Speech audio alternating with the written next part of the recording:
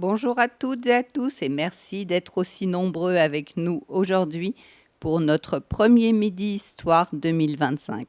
Nous avons le plaisir et l'honneur d'accueillir pour cette séance, cette première séance, Bruno Collin. Bruno Collin, aujourd'hui, va nous faire une intervention qu'il a choisi d'intituler « Des bords du Nil au douanier 2.0 » en passant par les gabelous de la ferme générale. Tout un programme qu'il va nous détailler. Nous allons découvrir tout cela. Avant de lui céder la parole pour son intervention, quelques mots autour de Bruno Collin. Donc, Bruno Collin est historien de formation. Il a consacré ses études à l'université de Montpellier 3, où il a effectué une thèse sur... je vais vous donner le titre de la thèse publiée, « L'atelier monétaire royal de Montpellier et la circulation monétaire en Languedoc de Louis XIII à la Révolution ». Ce travail a été publié et il a été préfacé par l'historien Emmanuel Leroy-Ladurie. Notre intervenant aujourd'hui a une double carrière, si je puis dire, car il est historien de formation et a fait métier d'historien, et particulièrement d'historien spécialiste de la monnaie du XVIe siècle à la Révolution, c'est bien cela, je ne me trompe pas. Mais il a également été fonctionnaire à la Direction générale des douanes et a occupé des fonctions variées dont il parlera peut-être dans son intervention. Mais en tous les cas, moi, je retiens juste une petite période de cette longue carrière qui est de 1986 à 1992. Il a été conseiller particulier du directeur des monnaies et médailles. Et à ce moment-là, il a eu la possibilité de faire de nombreux travaux concernant l'histoire et il a notamment été co-créateur du musée de la monnaie de Paris et pour la période à la fois qui le concernait, période moderne et contemporaine. Il a également à ce moment-là été le directeur scientifique de 2 expositions, l'une au moment du bicentenaire de la Révolution et l'autre sur 100 ans d'olympisme. Voilà. Bruno Collin, comme vous pourrez le constater en allant sur Internet, a beaucoup publié, bien évidemment autour de la monnaie, car c'est son sujet. Et je ne vais citer qu'une seule publication intitulée « Histoire de la monnaie », qui a été publiée aux éditions du Layer et qui a été écrit avec Véronique Lecomte-Collin et Bruno Collin. Et toujours une préface d'Emmanuel Leroy-Ladurie. Voilà pour la présentation de notre intervenant aujourd'hui. Je vais peut-être profiter de ce moment juste pour dire qu'il est président de l'association de l'histoire de l'administration des douanes et que cette association que nous connaissons bien ici au bureau de la recherche, car nous avons travaillé avec de nombreux intervenants de cette association et notamment Jean Clincard, qui a été à l'origine, en tous les cas, qui était un des créateurs de cette association pour l'histoire des douanes, a publié 2 ouvrages dans notre collection Histoire économique et financière de la France. Un ouvrage sur l'histoire des douanes de 1914 à 1940 et un ouvrage sur l'histoire de la ferme générale et particulièrement celle du Hainaut, si je me souviens bien. Voilà. Et l'Association pour l'histoire des douanes fait de nombreuses choses en matière d'histoire, et notamment des documents, des journaux. Mais je vais laisser notre intervenant vous développer tout ça, mais surtout l'histoire de la douane. Je lui laisse la parole. Très bonne conférence à tous. Merci beaucoup. Donc aujourd'hui, ce n'est pas avec la casquette monnaie que j'interviens, mais plutôt avec le képi douanier. Donc nous avons un sommaire assez copieux, comme vous pouvez le constater. Puisque la douane est une administration qui existe pratiquement depuis 3000 ans, et je vais vous expliquer un petit peu comment ça a fonctionné et quelle en a été son évolution. Donc vous voyez pour la période antique, la période médiévale, moderne, la Révolution, l'Empire, la Restauration, donc le 19e siècle, et jusqu'à la période contemporaine. Avant de commencer l'aspect historique de mon intervention, j'ai souhaité commencer à vous présenter un petit panel étymologique sur la douane sous ses différentes fonctions. La première question, c'est d'où vient ce mot douane qu'on utilise aujourd'hui? Eh bien, le mot douane est un mot persan qui, au départ, se disait diwan et qui ensuite est passé dans l'arabe et qui désignait en fait à la fois l'administration, c'est un mot très large, un mot chapeau, qui désignait à la fois l'administration, mais également la salle du conseil et par extension le bureau où on déclare les marchandises, donc le bureau de douane. Ce mot diwan, on peut assez facilement remonter son évolution. Donc en 1281 en Sicile, on trouve l'orthographe Dohan, donc la Sicile qui était à l'époque dépendait du royaume de Normandie. Puis Dohana en italien, ensuite Dogana, c'est ce qu'on trouve également en italien, et en espagnol aduana. Donc voilà l'évolution du mot douane lui-même. En portugais, on ne dit pas douane, on dit alfandega. Et alfandega vient aussi de l'arabe, et ce qui désignait à l'époque une auberge officielle, alfunduk, où les commerçants venaient pour payer leurs droits de douane. Ce mot alfandega, on le trouve au Portugal, mais évidemment aussi au Brésil. Certaines douanes du nord de l'Europe, comme la Suède, se disent Tull, ou la Finlande Tulli, et l'Allemagne Zoll. En fait, tout ça vient du grec teloneion et du latin telonium, qui signifiait en fait paiement. Et ces deux mots grecs et latins, en France, sont devenus ce qu'on appelle ton-lieu. Je vous en parlerai un petit peu tout à l'heure. Donc, de telonium, teloneion, on arrive à ton-lieu en France, et ensuite, donc, en Suède, Tull, Tulli, Zoll et Zoll en Allemagne. Le mot tarif. Alors, le mot tarif est également dérivé de l'arabe. Tarif, en deux mots, signifiait notification, émolument. La ville d'Andalouse de Tarifa, qui est la frontière près du détroit de Gibraltar, vient de ce mot tarif. La gabelle, dont on va largement parler également, dérive également de l'arabe gabala, qui signifiait à l'époque un impôt. Enfin, l'Angleterre, évidemment, qui se distingue tout le temps des autres pays, pour douane, utilise le mot customs. Et customs, en fait, est un mot français au départ, puisque, en fait, customs est un dérivé du mot coutume, c'est-à-dire, qu'est-ce que c'est qu'une coutume? C'était un droit ou une redevance coutumière.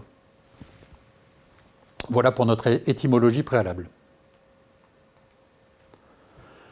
Comme je vous l'ai dit, la douane est la plus ancienne administration fiscale au monde.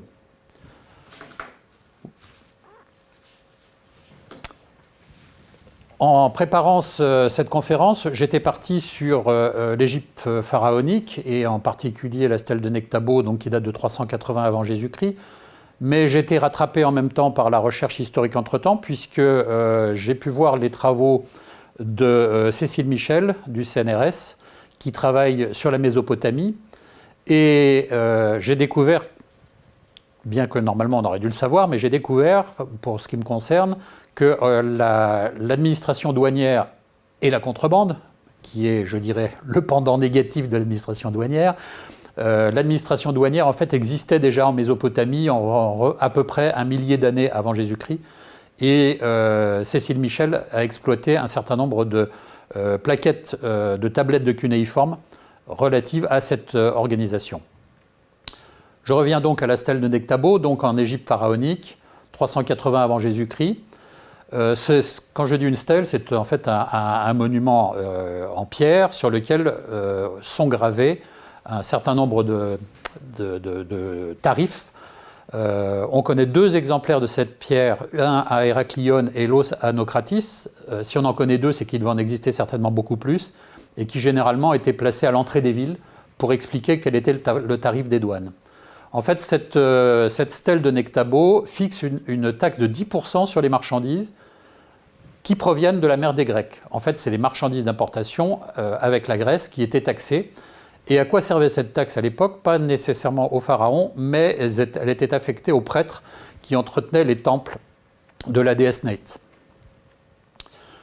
On connaît une autre stèle qui est la stèle de Coptos. Vous avez sur la droite l'ouvrage qui fait référence à cette stèle et qui explique en détail ce qu'elle contient, qui est beaucoup plus récente, entre guillemets, puisqu'elle date du règne de Domitien. Elle est très précisément du 10 mai 90 après Jésus-Christ.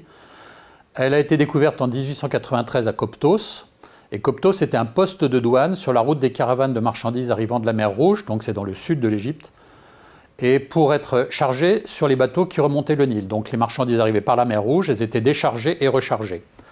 On y percevait 2 taxes qui s'appellent l'apostolion ou le pitakion. L'une de ces taxes était une taxe à l'importation, l'autre de ces taxes était une taxe au transit qui était accompagnée. La notion de transit, c'est une notion douanière qui est toujours utilisée aujourd'hui, mais qui existait déjà donc à cette époque du règne de Domitien. Ensuite, ces tarifs douaniers se sont multipliés. Pendant toute l'Antiquité, on en connaît de nombreux autres exemples. À Karnak en Haute-Égypte, à Zaraï en Numidie, c'est-à-dire en Afrique du Nord, à Palmyre en Syrie ou à Éphèse en Turquie. Ça se présente toujours de la même manière. Ce sont des stèles sur lesquelles vous avez en détail les taxes affectées à chaque marchandise. On connaît une belle mosaïque au musée du Bardo à Tunis qui montre le déchargement et la pesée des marchandises à Utique, donc à Adrunamentum, du IIIe siècle après Jésus-Christ, où on voit effectivement la pesée de ces marchandises. C'était le moyen d'ensuite d'établir la taxe. Et tout à l'heure, vous avez vu les recherches de Laure Rossi, Lucia Rossi, qui portent sur l'étude de plus de 500 papyrus. Et ostraca, ce sont des morceaux de céramique, enfin, ou de céramique sur lesquels on gravait un certain nombre de choses, et quelquefois ça servait de brouillon.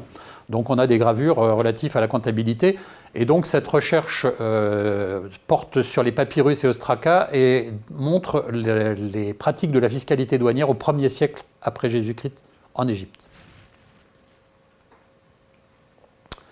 Durant l'Empire romain, les Romains avaient institué un impôt sur les marchandises en circulation qui s'appelait portoria. Les recettes des douanes et autres impôts sont affermés par le biais de mises aux enchères, généralement pour 5 ans, sous le contrôle du Sénat. Ce sont des societates, donc des sociétés, de particuliers qui étaient créés pour gérer ces perceptions. Ils étaient alors dénommés publicains. Le publicain le plus célèbre, c'est Saint Matthieu, qui était chef des publicains de Capharnaüm et qu'on commémore tous les ans le 21 septembre, non pas parce qu'il est évangéliste, mais parce que Saint Matthieu est le saint patron des douaniers. Donc 21 septembre chaque année, il y a une commémoration.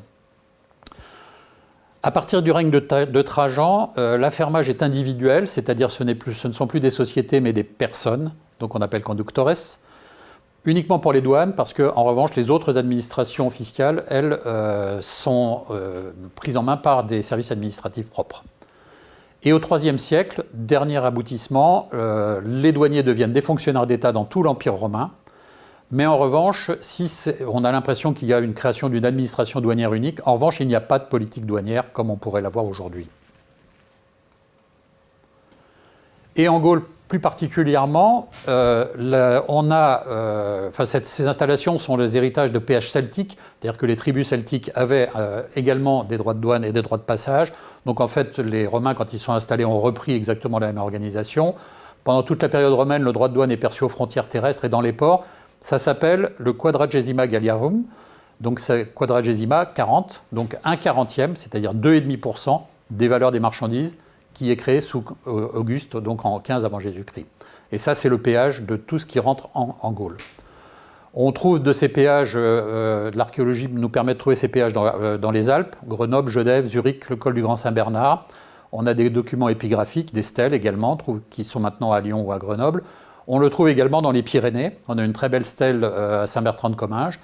Et on le trouve également à l'entrée de certaines villes, comme en particulier dans ce qu'on appelait à l'époque la Gaule narbonnaise, c'est-à-dire la Gaule romaine du sud, Nîmes, Arles, Vienne ou Massane.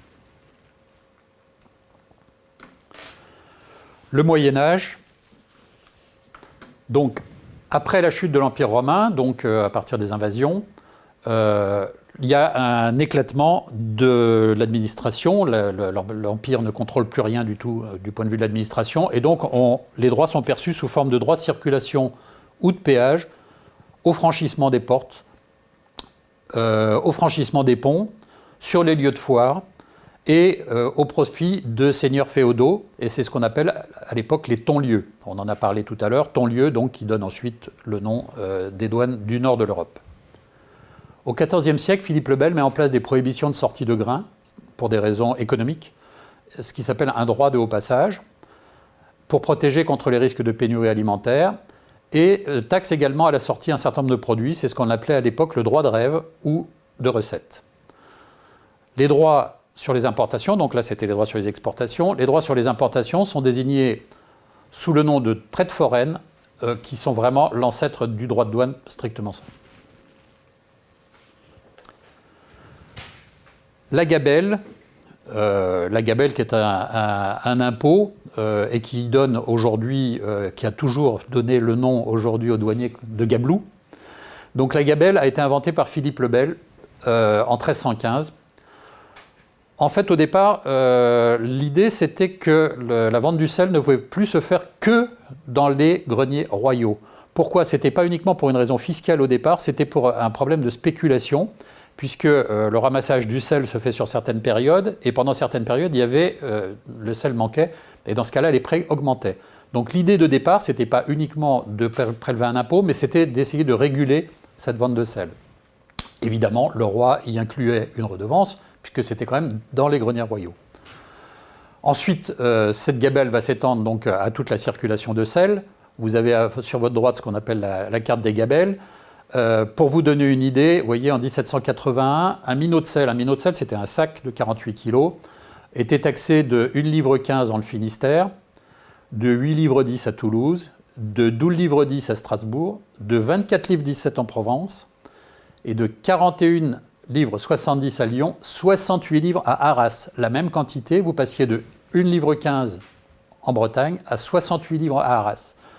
Pourquoi c'était un impôt important? Parce que le sel, c'était le seul moyen de conserver la nourriture. Et donc, c'était vraiment un besoin. Sauf que, pour des raisons de finances, non seulement ce besoin est fortement taxé à la circulation, plus vous éloignez de la mer et donc des marais salants, et plus vous payez, donc vous avez les frais de transport. Vous voyez les frontières sur cette carte, chaque frontière franchie, vous perceviez donc des taxes, et il y avait des bureaux de douane absolument partout sur ces frontières. C'était pas uniquement, la douane n'était pas juste à l'extérieur, elle était sur toutes ces frontières intérieures que vous voyez. Et en plus, la gabelle était imposée aux utilisateurs, c'est-à-dire que vous n'aviez pas le choix de dire non, finalement je ne vais pas acheter de sel, c'est trop cher. Vous étiez obligé chaque année d'acheter une certaine quantité de sel. D'où effectivement le très mauvais avis de la population sur cet impôt, très impopulaire. À partir de Jean le Bon, alors Jean le Bon en 1356 se retrouve prisonnier des Anglais après la bataille de Poitiers, et suite au traité de Bretigny-Calais, les Anglais demandent une rançon énorme, 3 millions d'écus d'or, c'est une rançon énorme, plus évidemment, ça fait partie de la rançon, même si ce n'est pas de l'argent, le quart du royaume. Donc quand je dis le quart du royaume, grosso modo, c'est l'Aquitaine, une partie de la Bretagne, la Normandie. Donc pour payer cette rançon, le roi décide la création des aides. Donc les aides, c'est les aides à payer la rançon, ou droit de 5% sur la vente des produits de consommation. En sont exclus les régions qui sont tenues par les Anglais, évidemment, puisque cette rançon sert à payer les Anglais. Donc les régions qui sont tenues par les Anglais, le Sud-Ouest et la Normandie, ne payent pas ces aides. La Bretagne, parce que la Bretagne était indépendante et qu'il y avait une fiscalité spécifique, et le Dauphiné, pour la même raison. Certaines régions décident de faire un versement unique et important, en particulier la région du Languedoc et du Lyonnais, c'est-à-dire au lieu de payer 5% sur le produit des ventes au fur et à mesure, ils décident de verser une grosse somme d'entrée. Je me remets sur la... Voilà. Non, c'est pas celui-là. Hop. Voilà. Vous avez la carte des traites ici. Donc vous voyez, vous avez en bas ce qu'on appelle les provinces étrangères. Donc les provinces étrangères, ce sont ces provinces qui soit appartenaient aux Anglais, soit versées en une seule fois. la Bretagne qui en était exclue. Là, la carte est plus récente, donc on n'avait pas encore la Flandre, là, puisque c'est seulement qu'à partir de Louis XIV qu'on récupère cette région. Mais vous avez au centre ce qu'on appelle les 5 grosses fermes, c'est-à-dire la région qui est la plus imposée, tant au niveau de la gabelle qu'au niveau d'autres taxes qu'on va voir.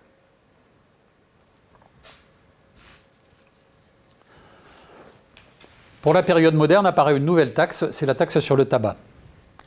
Donc le tabac devient à son tour, reçoit à son tour le statut de produit de monopole. À partir de Louis XIII, en 1629, c'est une taxe de 30 sols par livre de poids. Et au départ, le tabac est vendu chez les apothicaires parce que le tabac était considéré comme un produit de santé publique. À partir de Louis XIV, en 1674, ça devient un monopole d'État. Et c'est là qu'on voit apparaître les premiers bureaux de tabac qu'on connaît aujourd'hui. Il y avait 10 manufactures royales. Donc les manufactures royales recevaient le tabac et le traitaient et le transformaient ensuite en produit fini et le stockaient évidemment.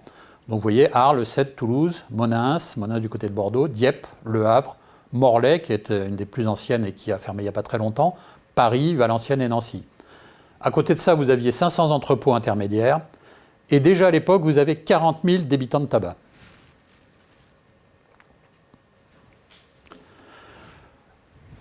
Pour revenir juste un instant sur ces deux taxes, ce sont des taxes qui ont donné souvent lieu à des révoltes. Par exemple, pour le tabac, c'est la fameuse révolte des bonnets rouges en Bretagne en 1675. Vous avez un ouvrage très intéressant de Boris Porchnev qui s'appelait « Les révoltes populaires en France », dans lequel on évoque beaucoup ces révoltes sur le tabac, et je vous en parlerai d'autres sur la gabelle. L'œuvre de Colbert, l'histoire résumée dit que en fait, c'est Colbert qui est l'inventeur de la douane contemporaine.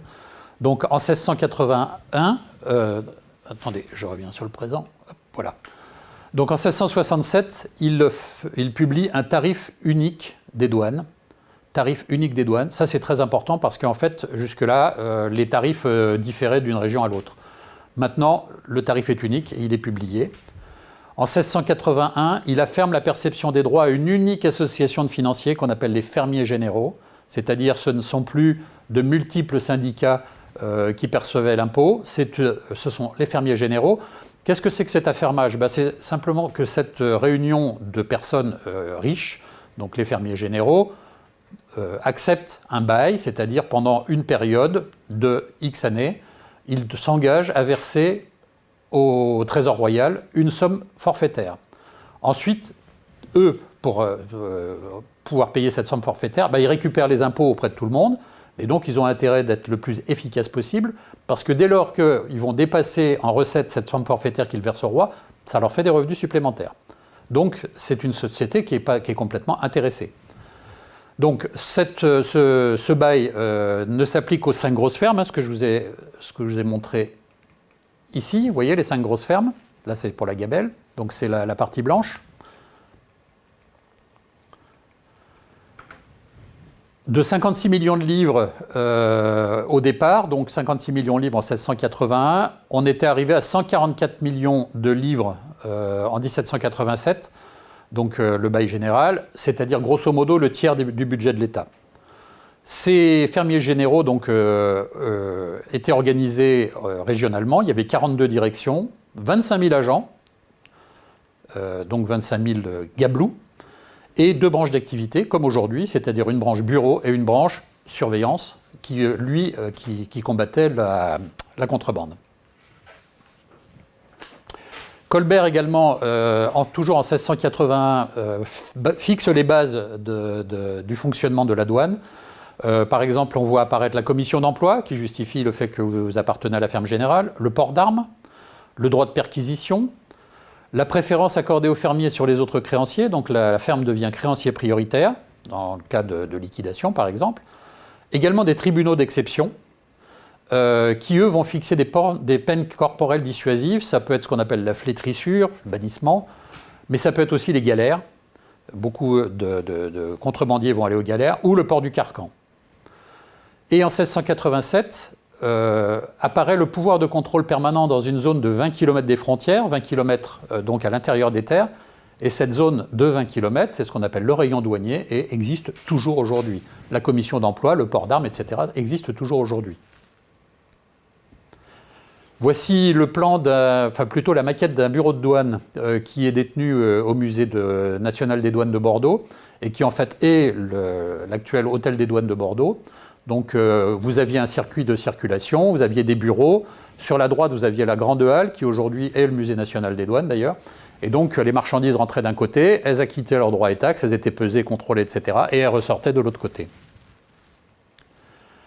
Pour ce qui concerne le sel, vous avez ici un tableau qui est également au musée des douanes qui montre une salorge. Une salorge, c'était un endroit où on mettait le sel à sécher et où ensuite on le débitait. On le mettait dans des sacs. Vous voyez, ils sont en train de faire une mise en sac, donc les fameux sacs de 48 kg. Ils étaient ensuite plombés.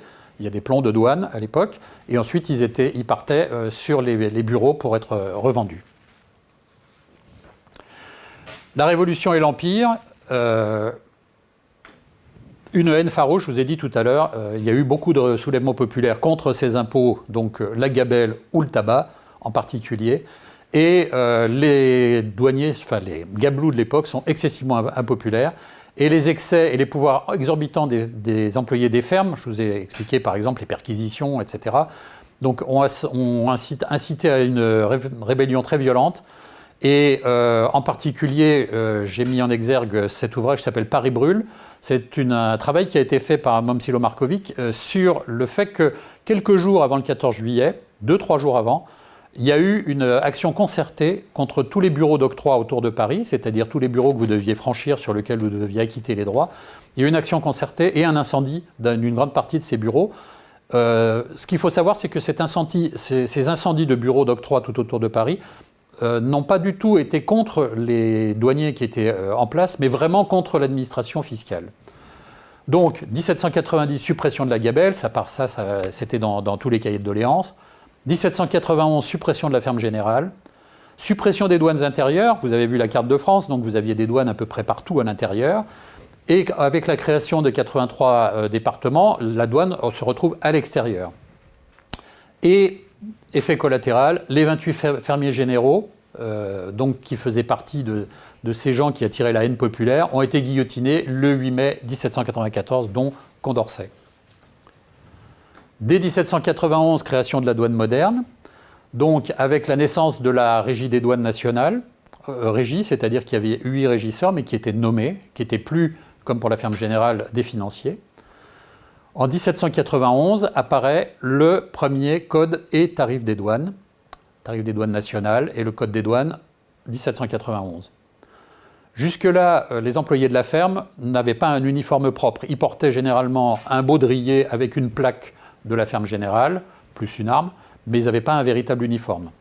À partir de 1800, il est décidé que tous les douaniers, du directeur général jusqu'au préposé, vont porter un uniforme en drap vert. C'est ce qu'on appelle le vert finance. Et cela va durer très longtemps.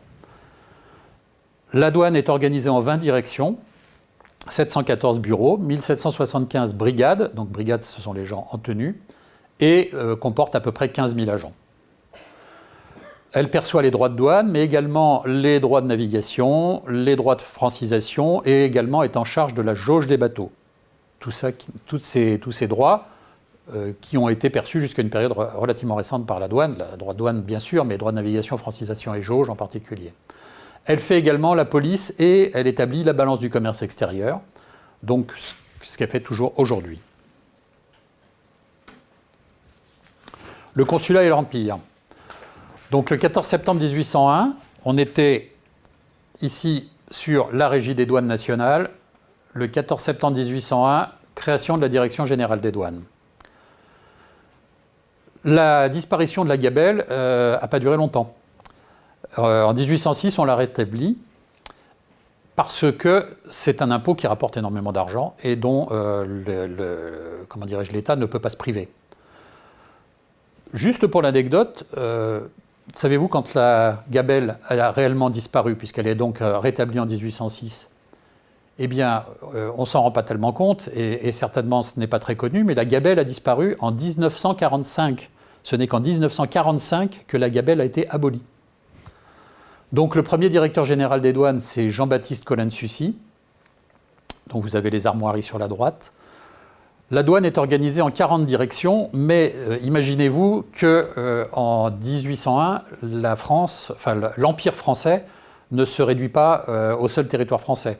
Donc vous avez des directions des douanes de Hambourg à Anvers, puisque la France occupe toutes ces régions, ou même jusqu'à Turin, puisque Napoléon est également roi d'Italie.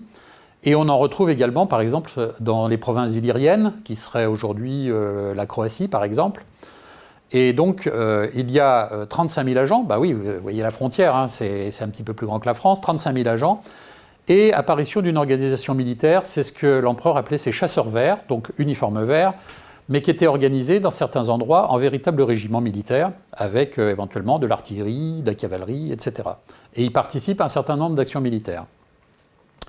Le rôle de la douane est particulièrement important à partir du moment où apparaît le blocus continental. Donc le blocus continental, l'idée c'était d'empêcher tout commerce avec la Grande-Bretagne, l'ennemi héréditaire. Et donc de 1806 à 1814, la douane a eu un rôle très important pour faire respecter au mieux ce blocus continental avec énormément de saisies de marchandises et puis des destructions, etc.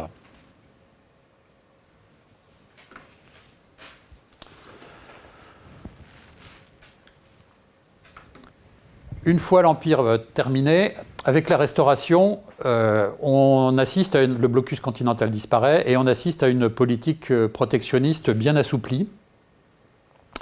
Il faut savoir quand même à l'époque qu'un fonctionnaire sur 7 est douanier, donc c'est quand même une grosse administration. Et c'est la période où on assiste à un fort développement de la flotte parce que, outre le fait d'être effectivement sur les frontières maritimes, il fallait pouvoir aller un petit peu plus loin pour aller poursuivre en particulier la contrebande. Donc, à l'époque, vous avez deux très beaux costumes de tenue de marin sur la droite qui proviennent des aquarelles d'Émile Faure qui sont conservées au musée des douanes de Bordeaux. Donc, on a 1500 marins à l'époque qui naviguent sur ce qu'on appelait des pataches essentiellement. C'est la période aussi où apparaît la masse des douanes qui existe toujours aujourd'hui, avec un statut différent. Mais en fait, la masse des douanes est une organisation spontanée des douaniers, parce que ce qu'il faut savoir, c'est qu'à l'époque, les douaniers devaient, non seulement les premières années, souvent, ils n'étaient pas rémunérés, mais ensuite, ils devaient s'équiper eux-mêmes, donc ils finançaient leur équipement, le fusil, l'uniforme, etc. Le chien, s'ils avaient besoin d'un chien, c'est eux qui payaient le chien. Ils finançaient leur casernement, parce qu'en fait, ils devaient quand même être casernés, et ils finançaient également eux-mêmes tous les frais de santé. Donc il y a une espèce d'organisation amicale, associative, qui s'appelle la masse des douanes, qui se crée, dans lequel tout le monde contribue, de manière à pouvoir aider tous ces gens à financer ces équipements, casernement et santé. Sous toujours la Restauration, donc entre 1830 et 1832, on assiste à un renforcement du caractère militaire de la douane, avec la création de brigades, donc brigade de ligne à la frontière, brigade ambulante à l'intérieur des terres, donc dans le rayon des 20 km dont on a parlé tout à l'heure. Ensuite, hiérarchiquement, une lieutenance, une capitainerie. La capitainerie correspond à une compagnie militaire, une inspection qui correspond à un bataillon, et une direction, et l'apparition de ce qu'on appelle la pantière. Alors la pantière, c'est un terme douanier qui désigne, pour une brigade, la partie de la frontière que vous allez avoir à surveiller. Et donc, vous avez des cartes de pantière qui sont souvent même faites à la main, quand je dis souvent, presque tout le temps. C'est une largeur d'à peu près 12 km de frontière, et sur ces cartes apparaissent les points les plus à droite et à gauche que vous avez à surveiller, les différentes caractéristiques géographiques, etc. La douane est également engagée dans la défense des places fortes en cas de conflit. Elle est engagée dans l'armement des batteries côtières, ça c'est toujours en cas de conflit. Et les douaniers peuvent être utilisés, peuvent être requis comme éclaireurs dans les zones frontalières. Évidemment, comme ils connaissent parfaitement la zone frontalière, ça peut être très utile.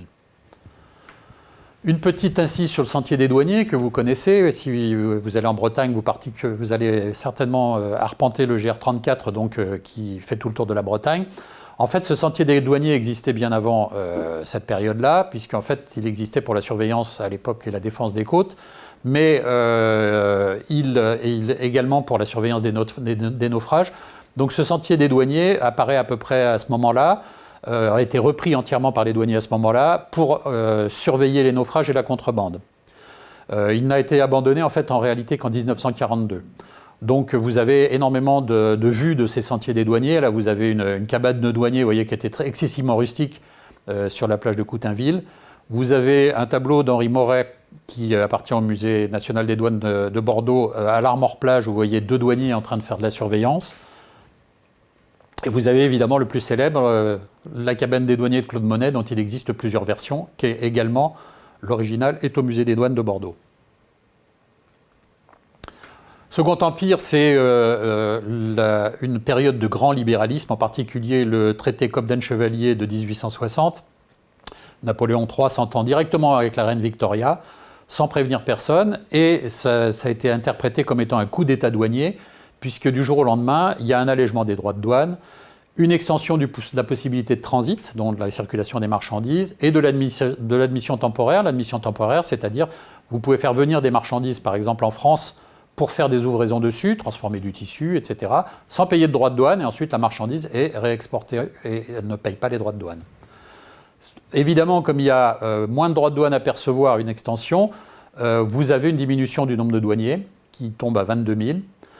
Parallèlement, vous avez aussi une extension, je dirais, du territoire à surveiller, puisque ça correspond à l'annexion de la Savoie et du comté de Nice, à la conquête de l'Algérie, de la Cochinchine, du Cambodge, du Sénégal et de la Nouvelle-Calédonie. Tous ces nouveaux territoires vont recevoir effectivement leurs douaniers. La fameuse bande garance que vous avez sur le pantalon du personnage à droite, sur ce tambour de 1854, et qui caractérise vraiment l'uniforme des douaniers, n'apparaît qu'en 1852. Et elle est toujours portée sur l'uniforme des douaniers, même sur la tenue de travail, même si elle est moins large. 1870, donc l'Empire s'écroule avec la guerre de 1870 et la défaite de Sedan. Les douaniers, en 1870, sont mobilisés et en première ligne. Ben oui, effectivement, quand on est à la frontière, c'est là où on voit arriver les premiers, les ennemis. Et le premier mort de la guerre de 1870, à Thionville, est le douanier Pierre Mouty, le 23 juillet 1870. C'est le premier mort de cette guerre. Les douaniers sont essentiellement mobilisés pour la défense des places fortes de l'Est, à Belfort, Bitche, Longwy, etc. Les bataillons douaniers de l'Est, eux, en revanche, défendront Paris pendant le siège de Paris. Et s'établit une nouvelle frontière franco-allemande suite à la défaite qui va traverser la Lorraine. Et donc la zone d'activité de la douane qui va reculer d'autant. Et donc une nouvelle frontière avec des postes de douane, etc. va se retrouver en plein milieu de la Lorraine. 14 juillet 1880, c'est la remise du drapeau des bataillons des douanes. Donc ces bataillons sont reconnus pour leur courage, pour leur engagement pendant la guerre de 70, mais également sont reconnus comme une force militaire, même si ce n'est pas leur vertu première. Et le 14 juin 1894, c'est la création de ce que vous avez sur la droite, la médaille d'honneur des douanes, qui sera remise aux douaniers qui font des actes particuliers, soit des actes d'héroïsme, mais surtout qui vont lutter particulièrement, se distinguer dans leur travail. Et cette médaille d'honneur des douanes existe toujours. En 1874, la création des laboratoires des douanes. Ça, c'était très important puisque ça permet quand même de surveiller la qualité des marchandises. Ce n'est qu'en 1875 qu'apparaissent que le cor et la grenade deviennent l'insigne officiel de la douane, ce qu'il est toujours aujourd'hui. Il y a eu un lourd tribut de guerre à payer. Vous savez, après la guerre de 70, les Allemands ont demandé un lourd tribut de guerre. Donc, il y a eu un rôle accru de la douane pour faire rentrer plus d'impôts indirects et renforcer la lutte contre la fraude, parce qu'évidemment, plus il y a de fraude et moins il y a de recettes fiscales. Donc, la douane a été très mobilisée sur les recettes fiscales indirectes. C'est le moment où on voit apparaître également le double tarif Méline en 1892. C'est un tarif, je dirais, à 2 entrées. Faible droit sur les produits industriels pour les faire venir et fort sur les produits agricoles pour ne pas concurrencer la production française. Donc là, on a, outre l'aspect fiscal, on a aussi un aspect de vraie politique douanière. Et également, c'est l'apparition du contrôle de la poste et des voyageurs, donc le contrôle douanier postal et le contrôle des voyageurs. Là, vous avez un chromo publicitaire assez amusant sur l'utilisation des rayons X pour voir ce qu'il y a dans le personnage qui passe la douane.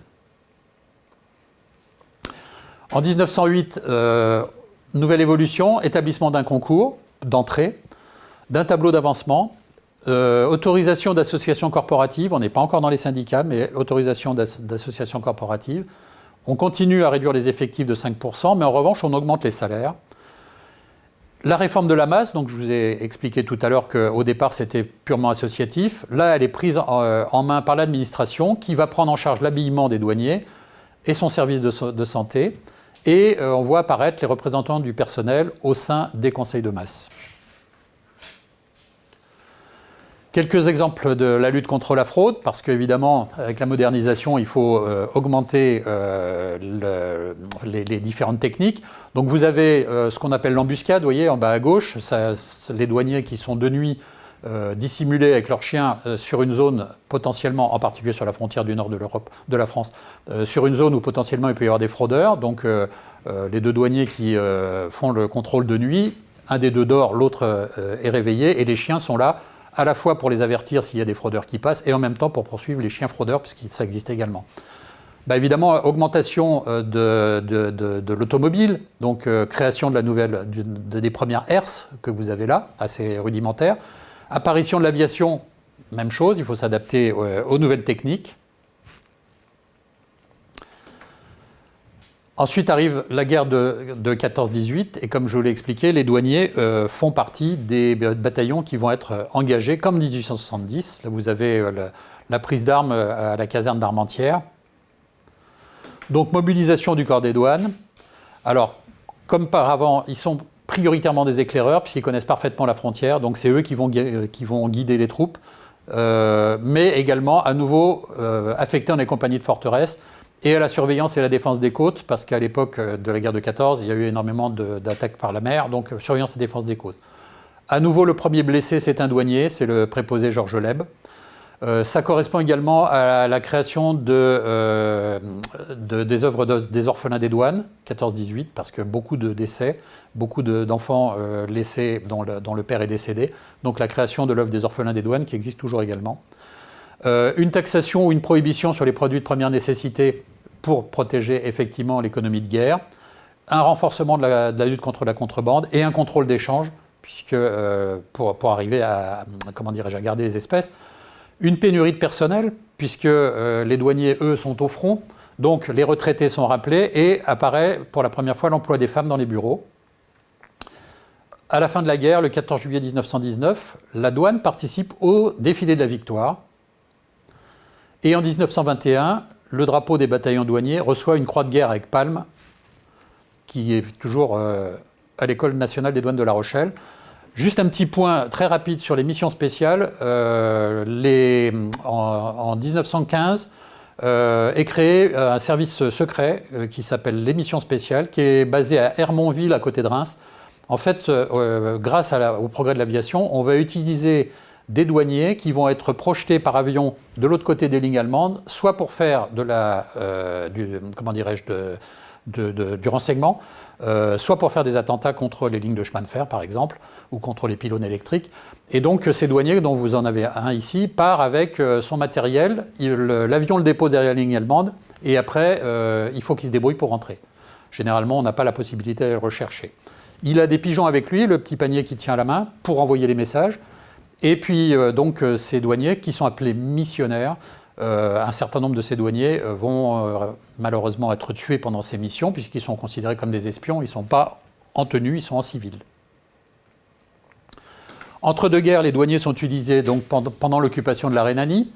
Occupation de la Rhénanie pour essayer de récupérer plus vite les dommages de guerre que les Allemands ne payaient pas. On assiste à une réduction des effectifs et une évolution des méthodes de travail, moins de contrôle plus ciblé, ça continuera tout le temps.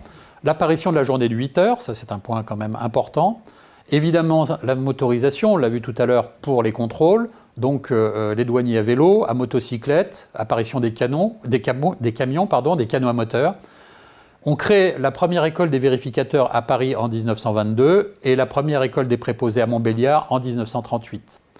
Également la création de ce qu'on appelle Paris Enquête, qui aujourd'hui s'appellerait Direction nationale du renseignement et des enquêtes douanières, donc une direction spécialisée dans les grosses fraudes, des fraudes internationales, en 1935. Et petite incidente sur 1936, pour permettre le soutien discret, puisque la France est un pays neutre en la matière, aux républicains espagnols, le service justement de Paris Enquête va contribuer à faciliter en sous-main le transfert d'armes, en particulier venues de l'Union soviétique, pour soutenir les républicains espagnols.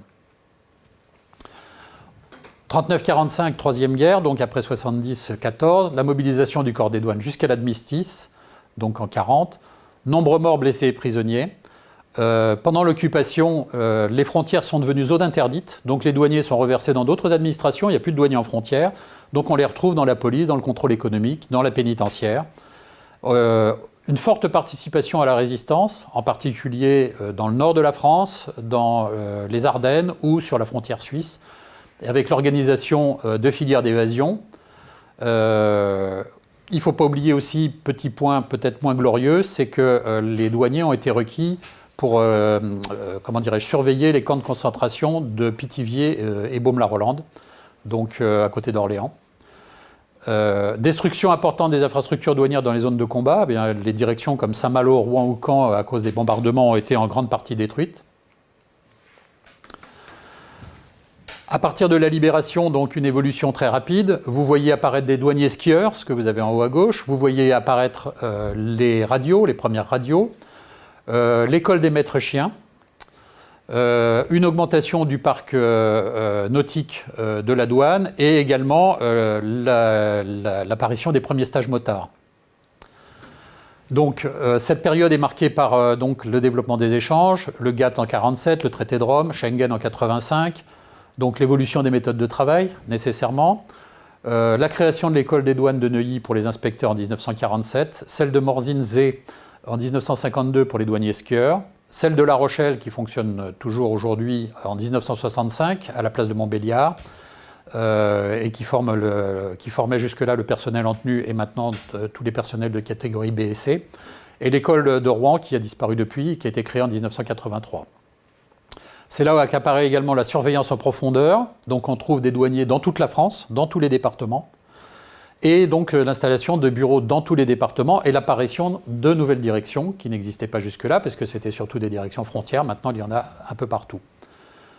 C'est la création des subdivisions, ça c'est l'organisation des brigades, des groupes motards, la formation des chiens et l'apparition des premiers véhicules sérigraphiés. Il faut savoir que jusqu'à une période récente, dans les années 80, les véhicules des douanes étaient des véhicules banalisés.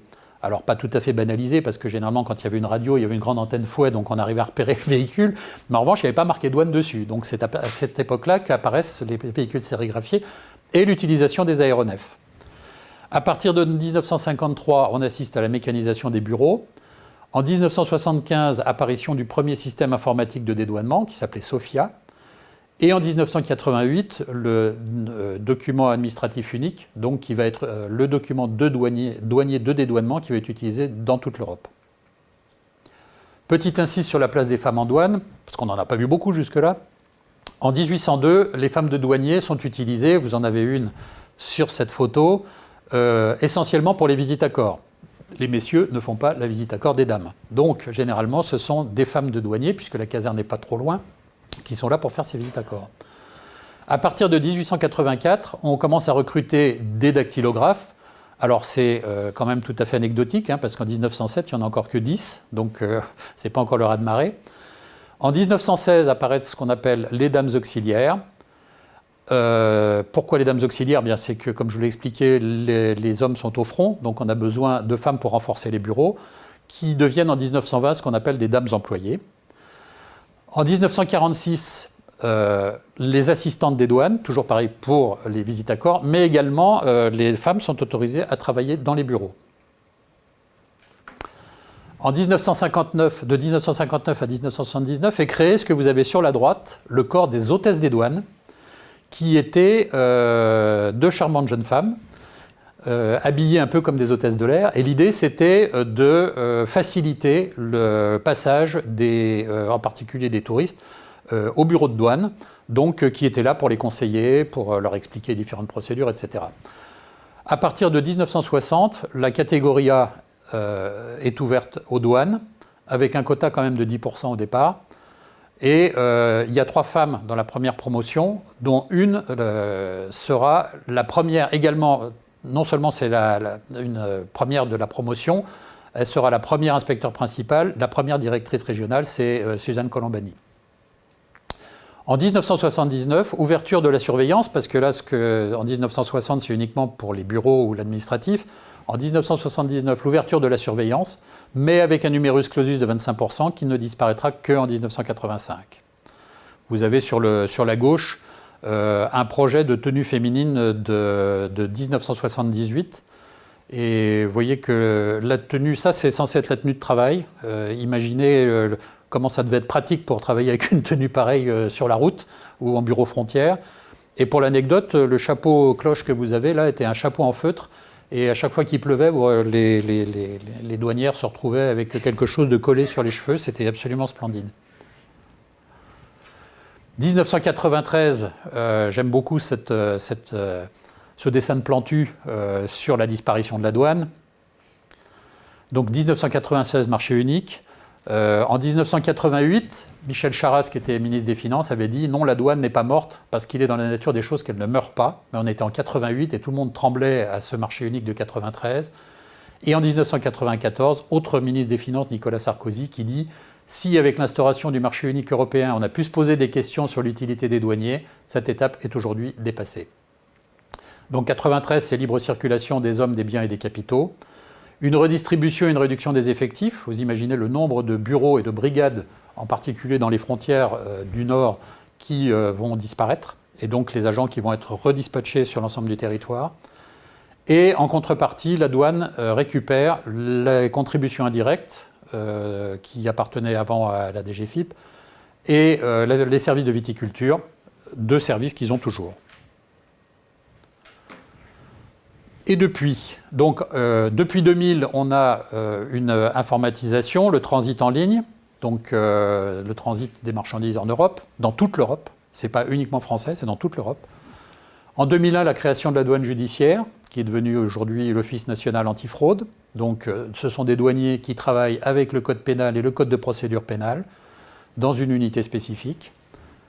En 2002, la disparition de l'école des douanes de Neuilly et qui va s'installer cette fois-ci, la Direction nationale de la formation professionnelle s'installe à Tourcoing. En 2005, apparition de l'application Delta, on a parlé de Sophia tout à l'heure. En 2008, la DNRED devient service de renseignement du premier cercle avec la DGSE, la DGSI, etc. En 2010, la création de Cyberdouane. En 2011, le Musée national des douanes devient un service à compétence nationale, il existe depuis 1984. En 2016, je vous avais expliqué tout à l'heure le défilé de la victoire en 1919, depuis la douane ne défilait plus. En 2016, la douane a défilé à nouveau, vous l'avez sur la gauche. Et en 2019, la création de la Direction nationale garde-côtes. Pardon. Voilà pour cette évolution. L'évolution finale, je vous l'ai fait très rapidement parce que ça, on le retrouve sur le site de la douane. Je vous ai proposé une petite bibliographie. Évidemment, cette bibliographie n'a rien à voir avec la quantité de choses que vous pouvez trouver sur ce sujet, mais vous avez quelques éléments essentiels. Et surtout, je vous invite, si vous avez besoin d'approfondir certaines choses ou de revoir certaines choses, de consulter le site de l'association, donc histoiredeladouane.org, et sur lequel vous trouverez, il y en a un moteur de recherche qui ne fonctionne pas trop mal, sur lequel vous trouverez non seulement toutes les publications historiques qui sont disponibles, mais également énormément d'articles. Ça existe depuis 6 ans maintenant, ce site internet, et donc vous allez retrouver énormément d'articles là-dessus. Je vous remercie et j'écoute vos questions. Merci à vous, merci beaucoup. On a balayé très rapidement une histoire très longue, donc il y a beaucoup de choses qui pourraient être approfondies.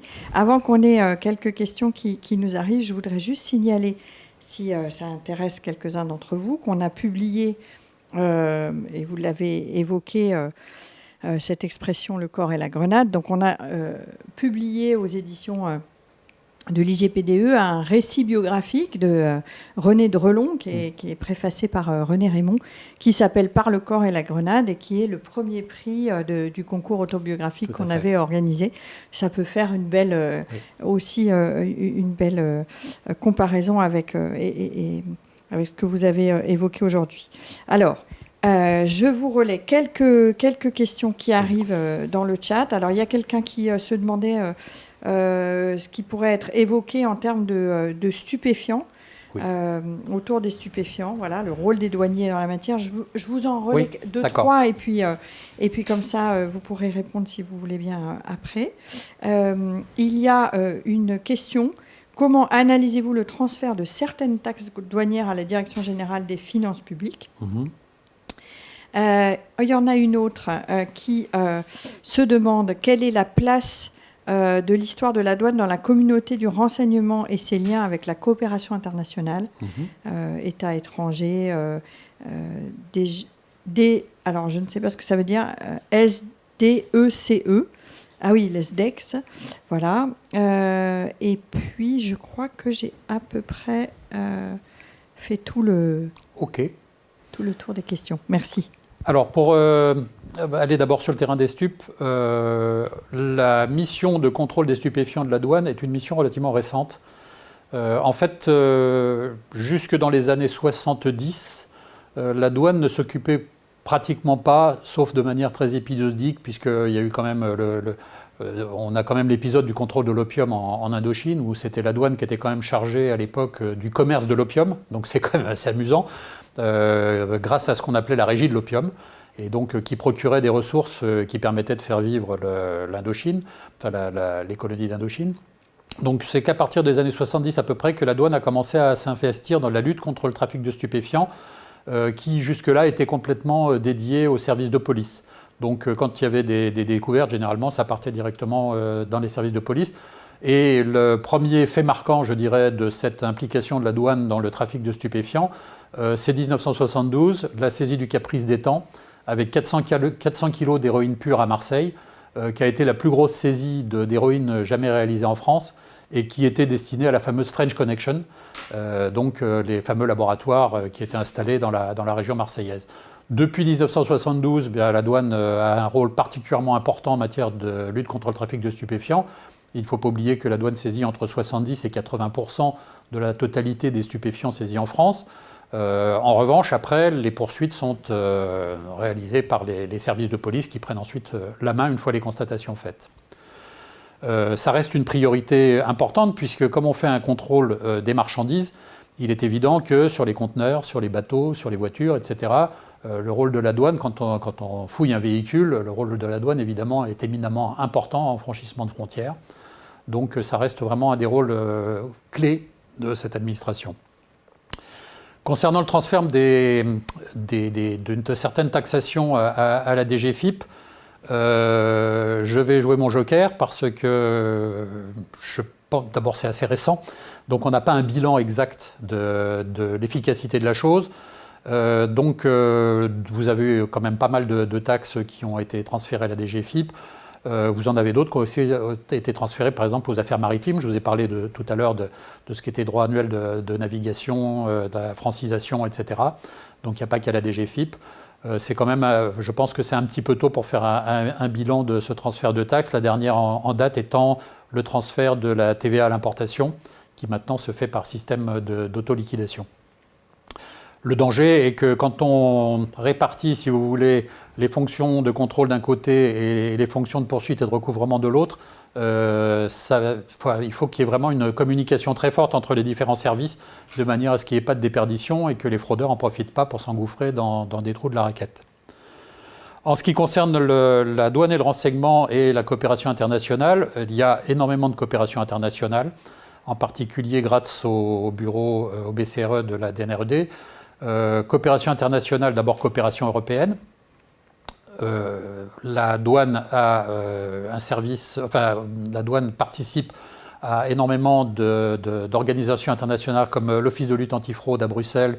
On est présent également à Europol, on a des relations également avec Interpol, donc beaucoup de liens avec ces organismes divers. Il y a de très bons liens grâce à l'assistance administrative mutuelle internationale avec les différents services douaniers. On a également des attachés douaniers qui sont répartis un petit peu partout sur le monde.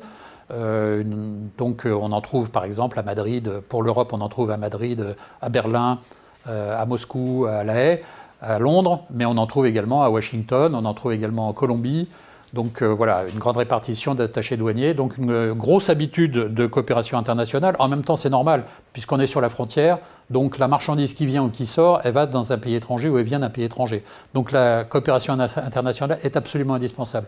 Il ne faut pas oublier que la douane est la seule administration française à travailler avec un code des douanes européen. Nous travaillons avec le code des douanes de l'Union, donc toutes les douanes européennes travaillent avec le même code des douanes. Il n'y a pas d'autre administration qui travaille, par exemple, le code pénal, c'est le code pénal français. Nous, on travaille avec le code des douanes européen. Et dernier point sur le renseignement, donc la douane a un service de renseignement qui existe depuis très longtemps déjà, mais qui est rentré dans le premier cercle de renseignement aux côtés des autres services plus anciens et plus étoffés. Il y a de très très bonnes relations, il y a un fonctionnement absolument nickel là-dessus, et donc c'est vraiment une évolution très importante parce que la douane apporte sa pierre à l'édifice global, et avec ses capacités de capteurs qu'elle a grâce aux contrôles qui sont faits sur place, je pense par exemple l'arrestation d'un terroriste belge qui avait été faite par des douaniers à Marseille, eh bien ça fait partie des missions que peut déployer la douane. Même si ce n'est pas la mission prioritaire, la douane n'a pas une mission prioritaire de lutte contre le terrorisme, on contribue globalement, que ce soit pour les stupéfiants, pour les armes, effectivement, pour tous ces problèmes-là, ou les biens double usage. En ce moment, par exemple, la douane fait le contrôle de l'embargo sur la Russie. Donc on contribue à l'ensemble de la communauté du renseignement. Merci beaucoup. Alors, il y a encore quelques questions, mais on est un petit peu au-delà de notre horaire normalement, mais je vous les relais et puis peut-être vous pourrez rapidement y répondre. Donc, il y a une question sur les douanes en Outre-mer et le rôle des fermiers généraux. Il y a une question sur l'avenir de la douane avec les nouvelles technologies de type IA. On pourrait penser aussi aux drones, etc. Il y a une question sur les raisons historiques de la gestion de la TICPE et des produits pétroliers par la douane. Et enfin, une sur la titularisation, comment étaient titularisés et nommés les douaniers dans les premiers temps, vu qu'ils géraient eux-mêmes leur matériel, habits, logements, armements, chiens, etc. Alors, je vais surtout vous répondre sur les problèmes historiques, parce que sur les problèmes contemporains comme la TICPE, c'est un peu moins mon champ d'activité. Donc sur les questions historiques, les douaniers en fait étaient nommés par l'administration, que ce soit la ferme générale ou ensuite la direction générale des douanes. Et donc c'est à cette occasion-là qu'on leur remettait une commission d'emploi qui justifiait qu'effectivement ils étaient bien douaniers. En ce qui concerne donc la taxe sur les produits pétroliers, je pense que ça s'est apparu au XIXe siècle, les premières surveillances de ce type de marchandises et la taxation. Sachant que ces taxes maintenant sont dévolues en grande partie à la DGFiP. Je ne me rappelle plus quelles étaient les autres questions. Alors sur les nouvelles technologies, alors là c'est vraiment, je vous ai parlé tout à l'heure de la création de Cyberdouane en 2011, donc la surveillance du net et surtout du dark web, qui permet effectivement de faire des constatations. Mais sur l'IA et les nouvelles technologies, malheureusement, je n'ai pas trop de compétences en la matière. Ça me dépasse un petit peu et moi-même, j'ai beaucoup de mal dans ce domaine. Et sur les Outre-mer, peut-être ? Alors, sur les Outre-mer, effectivement, il y avait des... Enfin, la douane est arrivée relativement tardivement dans les Outre-mer. Les Antilles, par exemple, étaient gérées par un gouvernement local, par un gouverneur local, et donc ça ne relevait pas de la ferme générale. En revanche, les produits provenant d'outre-mer bénéficiaient d'avantages à l'importation en France, bénéficiaient d'avantages douaniers, et donc pouvaient être par exemple complètement défiscalisés pour certains produits. Mais écoutez, merci beaucoup. Merci. Ça nous invite à aller beaucoup plus loin, mais c'était déjà une très très riche présentation. On vous retrouve dans un mois, le 14 mars, et on changera complètement de sujet. Ce sera plutôt, on se tournera vers l'histoire de l'Europe avec Alessandro Giacone, qui est historien, professeur dans un département de sciences politiques à Bologne, et qui nous reviendra sur Pierre Uri, qui est un des fondateurs de l'Europe, et qui nous présentera en partie un ouvrage que nous avons publié qui rendait hommage à son action. Je vous souhaite à tous une très bonne après-midi et Bruno Collin, je vous renouvelle nos remerciements. Merci beaucoup et bon après-midi à tout le monde.